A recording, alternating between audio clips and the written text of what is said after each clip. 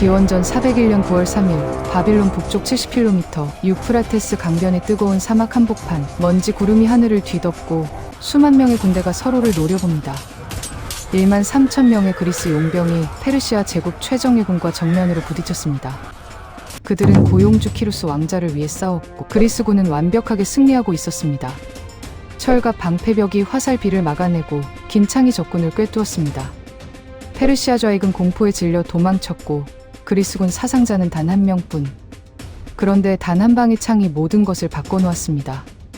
왕자 키루스가 관자놀이를 맞고 말에서 떨어지는 순간 승리는 패배로, 꿈은 지옥으로 변했습니다. 1만 명의 용병은 적진 한가운데 고립됐고 1500km 귀환의 지옥 행군이 시작됐죠. 만약 키루스가 조금만 더 신중했다면? 그 창이 빗나갔다면? 페르시아 제국이 무너지고 역사가 바뀌었다면? 오늘 이 영상에서 여러분은 역사상 가장 극적이고 비극적인 왕위쟁 탈전 쿠낙사 전투에 숨겨진 진실을 생생하게 파헤칩니다. 크세노폰이 직접 목격하고 기록한 순간들, 먼지 속 함성, 창이 부딪히는 소리, 왕자의 마지막 외침까지 지금부터 시작합니다.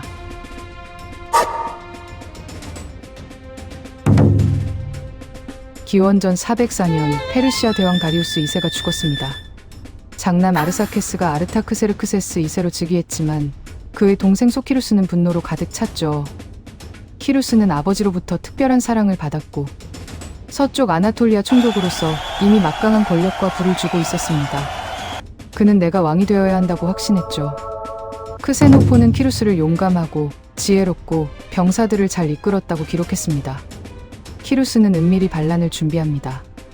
그의 최강 무기는 그리스 용병이었습니다. 당시 그리스는 펠로폰네소스 전쟁이 끝나면서 수많은 실업 용병이 넘쳐났죠. 전쟁으로 집을 잃고 돈을 벌기 위해 어디든 가는 프로 용병 시대였습니다. 키루스는 스파르타 출신 장군 클레아르코스에게 거액을 주며 피시디아 산적 토벌이라고 속였습니다. 실제 목표는 형을 죽이고 왕좌를 빼앗는 것. 총 1만 400명 후플리테스와 2,500명 페르타스트, 합쳐서 약 1만 3천 명의 그리스군이 모였습니다. 그들은 철갑 옷, 2.5m 긴 창, 거대한 원형 방패로 무장한 당대 최강 육전 병력이었죠. 키루스 본인 아시아 부대까지 합치면 총 2만 5천에서 3만 명, 반면 아르타크세르크세스 2세는 4만에서 10만 명 규모의 거대 군대를 끌어모았습니다. 크세노폰은 120만으로 과장했지만 현대 학자들은 6만에서 10만 명 정도로 추정하고 있습니다. 숫자 차이는 압도적이었지만 질은 완전히 달랐습니다. 기원전 401년 봄, 사르디스에서 출발. 그리스 용병들은 처음엔 산적 토벌이라고만 들었죠. 하지만 진군 방향이 점점 동쪽 페르시아 심장부로 향하자 불안이 폭발했습니다. 크세노폰은 이렇게 기록했습니다. 우리는 매일 무거운 갑옷을 입고 행군했다. 발은 물집투성이, 입은 바짝 말랐다. 밤에는 추위, 낮에는 태양이 우리를 괴롭혔다. 고기는 먹었지만 빵은 거의 없었다. 행군 중 거의 반란이 일어날 뻔했습니다. 용병들은 우리가 왕을 치러 가는 거냐고 물었고 클레아르코스는 채찍으로 진압하며 키루스가 바빌론을 점령하면 엄청난 전리품을 준다고 설득했죠. 유프라테스 강을 따라 2000km 행군. 더위 굶주린 물 부족 적의 소규모 기습. 하지만 그리스인들의 철저한 규율과 단결이 그들을 버티게 했습니다. 9월 초 쿠낙사 마을 근처. 정찰병이 보고 적군이 온다. 먼지 구름이 하늘을 뒤덮고 있다. 크세노폰 먼지가 하얀 구름처럼 보이다가 곧 어둠처럼 번졌다. 키루스는 그리스인들에게 오늘 승리하면 너희를 부자로 만들어주겠다고 약속했습니다. 그리스군은 승리의 노래 파이안을 부르며 진군. 크세노폰이 키루스에게 다가가 물었습니다. 모든 명령이 제대로 내려졌나요? 키루스는 완벽하다고 답했지만 얼굴은 긴장으로 굳어 있었습니다. 그는 클레아르코스에게 그리스군을 중앙으로 옮겨라고 명령했지만 클레아르코스는 우익이 노출된다며 거부. 이 작은 갈등이 나중에 치명적이었습니다. 돌격. 그리스 호플리테스들이 전속력으로 달려들었습니다. 페르시아 좌익은 화살을 퍼부었지만 그리스 방패벽은 거의 피해 없이 뚫고 들어갔습니다. 크세노폰 기록에는 화살이 날아오기 전에 적군이 도망쳤다. 그리스군은 질서정연하게 추격했다. 그날 그리스군 사상자는 단 한 명 가벼운 부상이었다고 기록되어 있었죠. 그들은 적을 2번이나 완전히 분쇄했습니다. 페르시아군은 공포에 질려 도망쳤고 먼지와 함성이 사막을 뒤덮었습니다. 동시에 키루스는 600 기병을 이끌고 중앙으로 돌진. 왕의 근위대를 뚫고 형 아르타크세르크세스를 직접 공격했습니다. 키루스는 형의 갑옷을 창으로 찌르며 적이다, 왕이다라고 외쳤습니다. 여기서 비극이 시작됩니다. 페르시아 장군 미트리다테스의 창이 키루스의 눈 아래를 정확히 맞췄습니다. 키루스는 말에서 떨어졌고 또 다른 창에 다리를 찔린 뒤 바닥에 머리를 부딪혀 즉사. 왕자 키루스 사망. 그의 페르시아군은 순식간에 무너졌습니다. 좌익 그리스군은 승리하고 돌아왔지만 전장은 이미 패배로 물들어 있었습니다. 크세노폰이 말했죠. 그리스군은 여전히 승리하고 있었지만 키루스가 죽었다는 소식을 듣고 모든 것이 끝났다. 그리스 용병들은 충격에 빠졌습니다. 고용주가 죽었으니 돈도 목적도 사라졌죠. 하지만 그들은 무기를 버리지 않고 진영을 유지했습니다. 아르타크세르크세스는 그 무시무시한 전투력을 보고 감히 공격하지 못했죠. 왕은 협상을 제안해서 그리스 용병들에게 무사히 돌아가게 해주겠다고 했죠. 티사페르네스가 연회를 열어 그리스 장군들을 초대했습니다. 클레아르코스 등 5명의 장군과 20명의 대위가 갔지만 모두 체포 처형당했습니다. 머리가 잔려왕에게 바쳐졌죠. 이제 1만 명의 그리스 용병은 적진 한복판에 완전 고립. 식량도, 지휘관도, 희망도 없었습니다. 크세노폰 기록에는 아무도 잠을 이루지 못했다고 되어 있었죠. 집으로 돌아갈 수 있을까 하는 두려움 때문이었다. 쿠낙사 전투는 단순한 패배가 아니었습니다.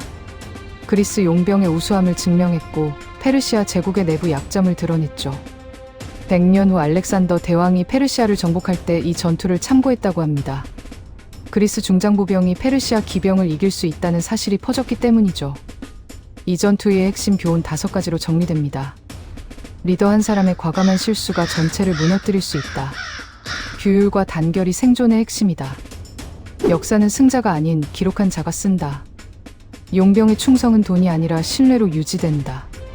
한 번의 결정이 수천 명의 운명을 바꾼다. 자, 그럼 피루스가 살아남았다면? 이라는 가정을 해볼까요? 이제부터는 순수한 만약입니다. 크세노폰 기록과 현대 대체 역사 연구를 바탕으로 가장 현실적인 시뮬레이션을 그려보죠. 상상해보세요. 창이 빗나가고 키루스가 형을 쓰러뜨립니다. 왕군이 항복. 페르시아 제국은 새로운 왕을 맞이합니다. 키루스가 살아남아 왕이 된다면 가장 먼저 일어날 일은 왕군의 항복과 귀족들의 충성입니다. 크세노폰 기록처럼 피루스는 관대하고 보상과 공로를 철저히 지키는 인물이었어요. 그는 이미 아나톨리아에서 그리스 도시들을 자치하게 해주며 충성을 얻었죠. 첫째로는 그리스 용병 처리입니다. 13,000명은 왕의 은혜로 막대한 전리품과 땅을 받습니다. 일부는 페르시아 군대로 편입, 그리스식 팔랑크스 훈련 도입, 일부는 리디아이오니아 총독으로 임명되었을 겁니다. 크세노폰과 클레아르코스는 왕의 친구가 되어 제국 서쪽을 안정시킵니다. 두 번째로는 형 아르타크세르크세스입니다. 그는 포로가 되거나 망명되었을 거지만 키루스는 어머니 파리사티스의 영향으로 형을 귀족으로 살려둔다는 관대한 선택 가능성도 높습니다. 세 번째는 제국 내부입니다. 특히 키루스는 그리스 용병을 투입해 이집트 반란은 빨리 진압했을 겁니다. 결과 제국은 더 안정적이고 서쪽 중심으로 재편됩니다.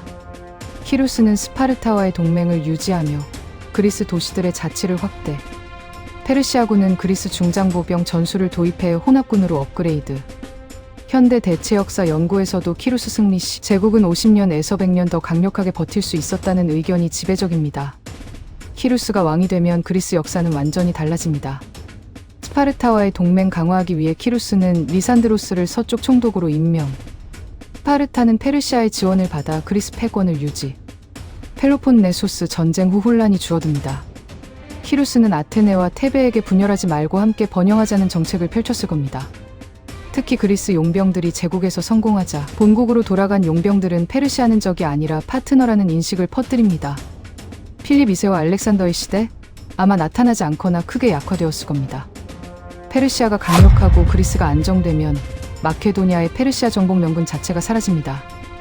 알렉산더는 페르시아 왕의 동맹 장군이 될 수도 있습니다.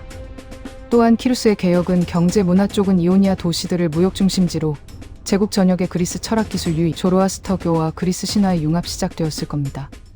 군사 혁신으로는 그리스 팔랑크스, 페르시아 기병, 낫 전차의 하이브리드 군대로 개편했을 겁니다. 상상해보세요. 기원전 380년경 페르시아 제국은 그리스와 페르시아 연방처럼 진화. 이집트 인도까지 안정적 통치. 알렉산더 같은 정복자는 필요 없어집니다.